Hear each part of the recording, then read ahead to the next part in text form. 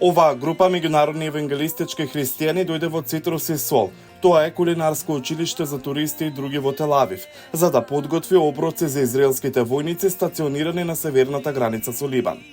Нивната посета е организирана од произраелска организација позната како Меѓународна христијанска амбасада во Ерусалим и вклучува берење овоше во евакуираните кубиц фарми, носење помош за израелските евакуирани од граничните заедници во Газа и Либан и посета на локации кои беа нападнати од Хамас. Тие велат дека тоа го прават со цел да сведочат и да се молат за израелските заложници кои се уште се во Газа.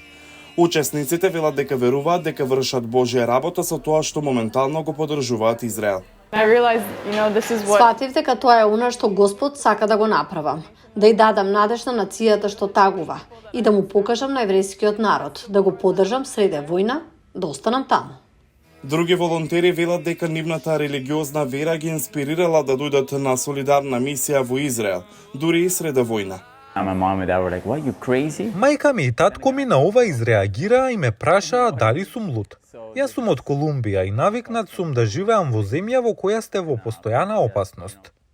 Многу евангелистички христијани со години се поддржувачи на Израел, особено во САД. Портпаролот на христијанската амбасада Дейвид Парсонс вели дека оваа војна ја засилила поддршката.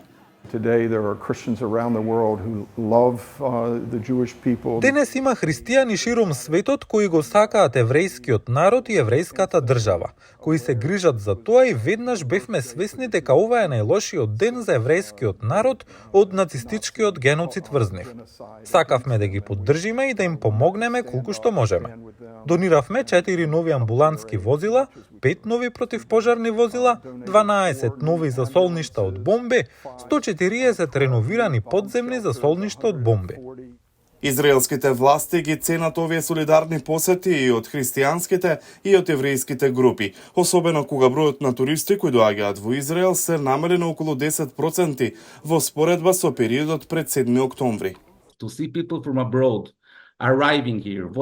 Да се видат луѓе од странство кои пристигнуваат овде и волонтираат овде, ги посетуваат погодените области и евакуираните што се наоѓаат низ земјата. Покажува многу голема морална поддршка, особено деновиве кога се соочуваме со наплив на антисемитизам. Поддршката доаѓа додека Израел е под зголемена меѓународна криза за неговата воена кампања против Хамас во Газа и влошена хуманитарна криза. Надвор од моралната поддршка, христијанската мисија за солидарност е важна и добре дојдена поддршка за Израел, кој се бори за време на војната.